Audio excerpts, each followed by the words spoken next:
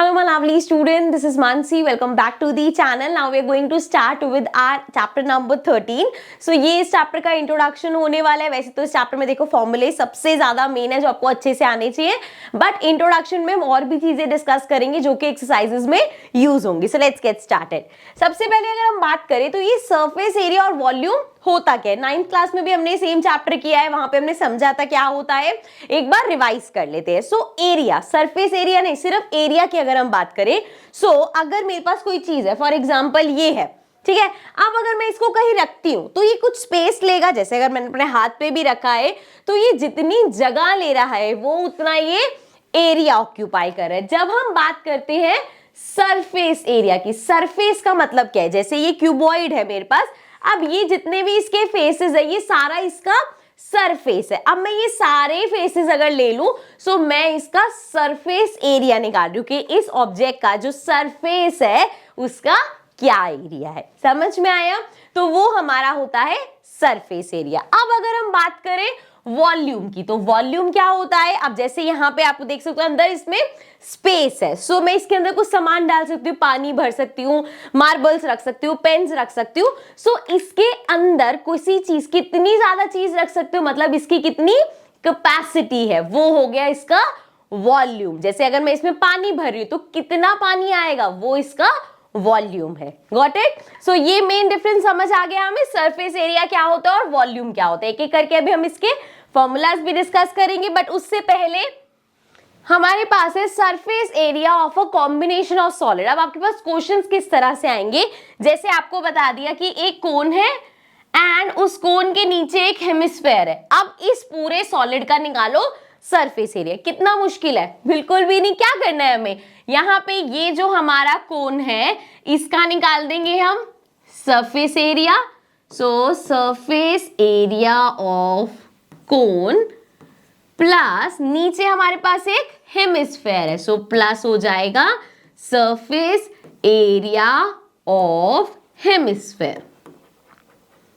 ठीक है, समझ में आया. इसमें कोई डिफिकल्ट चीज नहीं है. सो इसी तरीके से अलग अलग तरीके से आपको दे रखा होगा कि जी एक हमारे पास क्यूब है और अब बताओ इस क्यूब के ऊपर अगर एक हेमिस्फेयर रख दिया तो दोनों का कंबाइन वो कितना होगा. एक चीज जो मैं यहाँ पे समझाने वाली हूँ वो ये है कि कभी कभी क्वेश्चन ना इस तरीके से भी आता है कि चलो ये मान लो एक क्यूबॉइड है या चलो क्यूब है, एंड अब जो हमने यहाँ पे इसका एक फेस ओपन किया, मतलब ऊपर से इसको ओपन किया और इसके अंदर हमने एक हेमिस्फेयर डाल दिया, तो अब बताओ उसका एरिया क्या होगा. सो उसमें सबसे ज्यादा गलती क्या होती है कि बच्चे क्या करते हैं, निकाल लिया हमने कर्व सरफेस. अच्छा, यहां से मैं अभी आपको टोटल सरफेस एरिया और कर्व सरफेस एरिया में फर्क बता दूंगी. Curve surface area of cuboid निकाल लेते हैं, क्यूब निकाल लेते हैं एंड उसमें से माइनस कर देते हैं सरफेस एरिया ऑफ हेमिस्फेयर. लगता है ना कि हाँ ऐसे ही होगा, और क्या भैया पूरे का सरफेस एरिया निकाल लिया उसमें से हेमिस्फेयर निकाल दो आ जाएगा.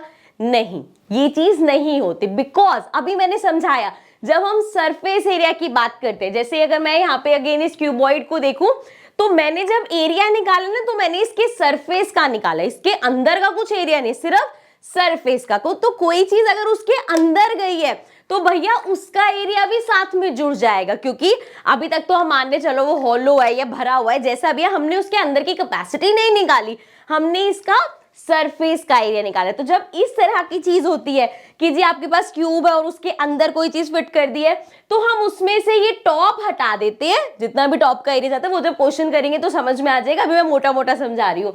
एंड ये जो हेमिस्फेयर है इसका सरफेस एरिया भी प्लस हो जाता है क्योंकि वो उसमें ऐड हो गया. अभी तक यहाँ पे ये कर्व सरफेस एरिया में टॉप हमने कंसिडर ही नहीं किया था, लेकिन अब उस पे हेमिस्फेयर आ गया तो हमें उसको भी प्लस करना पड़ा. बाकी आप और अच्छे से समझोगे जब हम क्वेश्चंस को करेंगे, ठीक है ना. सो आगे बढ़ते हैं. नेक्स्ट हम बात कर लेते हैं volume of a combination of solid. अब वॉल्यूम कैसे निकालते हैं, सिंपल. आपको दे दिया जी ये आइसक्रीम है, ठीक है, आइसक्रीम का कोन है और इसके ऊपर एक ये स्कूप आइसक्रीम का रखा हुआ है. अब बता दो इसमें कितनी आइसक्रीम आएगी. सिंपल, वॉल्यूम ऑफ कोन, जैसे हमने कंबाइन उसका निकाला वैसे ही वॉल्यूम ऑफ कोन ले लिया हमने एंड साथ में प्लस कर दिया वॉल्यूम ऑफ दिस हेमिस्फेयर. ठीक है, तो ऐसे कॉम्बिनेशन वालों में निकाल सकते हैं. अब इस केस में अगर हमें दे रखा है कि कोई चीज है, ठीक है, उसमें लेट्स सपोज चलो ये क्यूबॉइड ही ले लिया हमने, एंड अब वो बोल रहे हैं इसमें से डिक करके ये हमने यहाँ पे हेमिस्फेयर या कह लो कि कोन कुछ ऐसे निकाला, इसमें माइनस करेंगे। अब मैम इसमें क्यों माइनस करेंगे, कंफ्यूज क्यों कर रहे हो? देखो भाई, जब हम वॉल्यूम निकाल रहे हैं तो हम उसके अंदर की कैपेसिटी निकाल रहे हैं। अब हमारे पास सारा अंदर की चीज है, तो जितना निकाल के फेंक दिया, जितना निकाल के अलग कर दिया, उसका हम माइनस कर रहे हैं, इसलिए इस केस में माइनस किया। जैसे एक क्वेश्चन ऐसे ही आएगा, क्यूबॉइड है और जी अभी क्यूबॉइड पूरा भरा हुआ है हमारे पास, एंड इसमें हमने होल किए ताकि पेन्स रख सके, तो अब होल वाला पार्ट निकाल के अलग जो भी मिट्टी या जो भी चीज इकट्ठी हुई वो निकाल दी। तो अब जब वॉल्यूम निकाला था तो आपने इसके अंदर का भी सब निकाल रखा था, तो अब उसमें से कुछ हट गया था, इसलिए उसको माइनस किया। ठीक है, ये इस तरह के क्वेश्चंस आएंगे, इसीलिए मैं इंट्रोडक्शन में ले रही हूँ ताकि उस टाइम पे आपको एकदम से डिफिकल्ट ना लगे। बाकी जब हम क्वेश्चंस करेंगे तो आपको और क्लियर हो जाएगा। चलो आगे बढ़ते हैं, नेक्स्ट बात करते हैं conversion of solid from one shape to another. This is also very simple. अगर आपको दे रखा है कि भाई हमारे पास ये सारे मार्बल्स थे, हमने इन सभी मार्बल्स को मेल्ट कर दिया, मतलब इसको पिघल दिया और अब एक इससे एक बड़ा स्फेयर बना लिया। तो देखो, जब आपने ये सब इसको मेल्ट किया, मटेरियल कलेक्ट हुआ आपके पास, जब आप मेल्ट करोगे तो सारा पिघल के जो मटेरियल है वो आया, एंड उस मटेरियल से आपने बना दिया ये स्फेयर। सो अब यहाँ पे सेम चीज क्या रहेगी कि इन पूरे का मिला के जो वॉल्यूम था that will be equal to इस बड़े वाले के वॉल्यूम की, क्योंकि मटेरियल तो उतना ही है इसलिए दोनों का वॉल्यूम सेम होगा। समझ में आ गया? चलो अब अच्छा एक चीज मैं यहाँ पे और समझा देती हूँ। इस तरह के कुछ क्वेश्चंस आते हैं कि जब हमें चीजें दे दी कि नंबर ऑफ आइटम समथिंग निकालना है, जैसे भाई कितने कॉइन्स को मेल्ट करेंगे कि इतनी कोई चीज मिल जाए, ऐसा कुछ, या कितनी आइसक्रीम्स वगैरह करेंगे, तो ऐसे बड़े सारे हमारे पास क्वेश्चंस आ जाते हैं। तो इसमें हम क्या करते हैं, हमेशा टोटल वॉल्यूम निकालते हैं। जैसे मैं एक एग्जांपल से समझाती हूँ कि आपके पास एक वो है जार, जैसे सिलेंड्रिकल कुछ है और उसमें आइसक्रीम भरी हुई है। अब उस आइसक्रीम को आपको कोन्स में भरना है, ठीक है।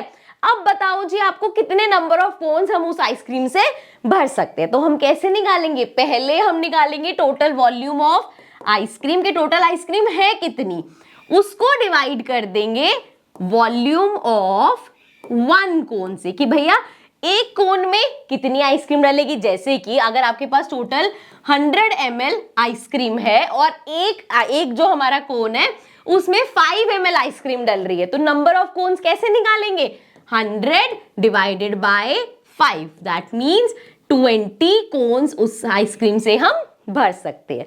बेसिक चीज है, लेकिन क्वेश्चन इस तरह के आते हैं तो ये फॉर्मूला हमारा काम आएगा। ठीक है, आगे बढ़ जाते हैं। नेक्स्ट हमारे पास है फ्रस्टम ऑफ कोन। अब फ्रस्टम क्या होता है, देखो एक कोन हम सबने देखा हुआ है, सिंपल सा एक कोन है, यहाँ पे मैं दिखा देती हूँ आपको प्रैक्टिकली करके। सो ये मेरे पास एक कोन है। अब अगर इस कोन में से हम ऊपर वाला पार्ट हटा दे, जैसे इसको प्रेस करते हैं एंड लेट्स सपोज, वैसे तो मुझे सीजर से करना चाहिए था बट चलो अभी ऐसे कर लेते हैं हम। ये वाला पार्ट मैं यहाँ से कट कर रही हूँ, आप देख सकते हो, पास से दिखाती हूँ मैं थोड़ा सा। ये ऊपर वाला कोन का हिस्सा मैंने यहाँ से हटा दिया, इसको हटा देते हैं। एंड अब ये जो मेरे पास शेप आई है, this is the shape of a frustum. इसको थोड़ा सा और कर देते हैं, अभी भी कॉनिकल लग रहा है, बट समझ गए हो गया क्या करा है, एक कोन को यहाँ से कर दिया कट, और जो ऊपर वाला कोन वाला पार्ट था उसको तो हटा दिया, और जो रिजल्टिंग हमें मिला है this is the shape of a frustum. ठीक है, ये चीज समझ में आ गई। सो ये इस तरीके से हमारा फ्रस्टम निकल के आता है। अब इसमें एक दो चीजें समझने वाली है, यहाँ पे मैं बनाती हूँ फिगर। ये हो गया जी हमारा फ्रस्टम। अब देखो यहाँ पे ये स्लैंट है, तो जो स्लैंटिंग वाला होता है ये हमारा एल होता है, मतलब स्लैंट हाइट। इसी में ही जो इसकी हाइट है वो हमारा एच होता है। अब यहाँ पे दो सर्कुलर एंड है, एक ऊपर और एक नीचे। अच्छा, फ्रस्टम जरूरी नहीं है ऐसा ही हो, ऐसे भी हो सकता है कि ऊपर से बड़ा और नीचे से छोटा, जैसे हमारे पास ग्लास होता है नॉर्मली। सो इस तरीके से भी हो सकता है। अगेन एक सर्कुलर एंड ऊपर, एक सर्कुलर एंड नीचे। तो यहाँ पे जो बड़ा वाला सर्कुलर एंड होता है हमारा, बड़े वाले को हम कैपिटल आर से उसकी रेडियस डिनोट करते हैं, एंड छोटे वाले की रेडियस हम स्मॉल आर से करते हैं। तो जैसे यहाँ पे है, सो ये स्मॉल आर हो गया, नीचे वाला अगर हमारा बड़े वाला है तो ये कैपिटल आर हो गया। ठीक है, समझ में आया? आगे बढ़ जाते हैं। अब यहां से चैप्टर की जितनी भी चीजें थी वो तो हमने समझ लिया, फॉर्मूलाज डिस्कस कर लेते हैं। जब भी आप फॉर्मूले लिख लिख के करोगे ना, अपने आप याद होते रहेंगे। ठीक है, so total surface area, curved surface area. Total surface area होता है 6a square, curve surface area होता है 4a स्क्वायर एंड वॉल्यूम होता है a cube. Also let's discuss total surface area और कर्व्ड सरफेस एरिया। जब हम टोटल सरफेस एरिया की बात करते हैं तो अगर जैसे मेरे पास एक क्यूब है, सो अगर मैं इसके टोटल सरफेस एरिया की बात कर रही हूं तो मैं इसकी 6 की 6 साइड्स इंक्लूड कर रही हूं। लेकिन अगर यही मैं बोलूं कर्व्ड सरफेस एरिया, तो क्या किया हमने, ये निकाल दो जरा, इसका ये टॉप निकाल दिया हमने एंड इसका बॉटम भी निकाल देते हैं, देख लो जरा टूटी ना जाए। सो ये इसका बॉटम निकाल दिया। सो जब कर्व्ड सरफेस एरिया की बात कर रहे हैं, सो हम ये 4 चीजें ले रहे हैं, इसमें टॉप और बॉटम नहीं ले रहे। सो ये होता है कर्व्ड सरफेस एरिया। और सभी शेप में ऐसा होता है। अगर हम एक कोन की बात करें, सो कोन देख लो। सो जब हम कोन की बात करते हैं तो वो इसकी राउंडनेस जो है सिर्फ इसका होता है कर्व्ड सरफेस एरिया। टोटल में नीचे वाला पार्ट भी आता है कर्व्ड में, सिर्फ ये सिलेंडर ले लो, सिलेंडर में कर्व्ड हो गया जी, साइड का ऊपर नीचे हटा दो, टोटल में पूरा हो गया। ठीक है, तो ये डिफरेंस है टोटल सरफेस एरिया और कर्व्ड सरफेस एरिया में। चलो बाकी फॉर्मूलाज डिस्कस कर लेते हैं। क्यूबॉइड पे आ जाओ। टोटल सरफेस एरिया है 2LB plus BH plus HL या LH, एक ही बात है। कर्व सरफेस एरिया आ जाओ 2HL प्लस B। वॉल्यूम होता है L into B into H। अच्छा ये सब तो पता है ना? हाँ भाई मैं ये भी बता देती हूँ। यहाँ पे देखो ये जो A है, A क्या है, साइड ऑफ क्यूब। ठीक है, अगर साइड दे रखी है तो। नेक्स्ट अगर हम क्यूबॉइड की बात करें तो L है हमारा length, B stands for breadth and H stands for height. ठीक है जी, समझ में आ गया, लेंथ ब्रेथ हाइट। आगे देख लो, अगर हम आगे चले कोण पे तो पाई क्या रखते हैं हम, हमेशा 22/7 रखते हैं। अगर क्वेश्चन में गिवन है तो हम 3.14 रखते हैं। ठीक है, अब उसके बाद R हो गया रेडियस, क्योंकि देखो जब हम कोण की बात करते हैं तो नीचे एक सर्कुलर पार्ट आता है ना, तो ये हो गई उसकी रेडियस। एंड L की अगर हम बात करें सो वो हो गई जी स्लैंट हाइट, जो ये ऐसी स्लैंटिंग वे में होती है। इसी तरीके से कर्व सरफेस एरिया है πRL, वॉल्यूम है 1/3 πr स्क्वायर h हो गई इसकी हाइट।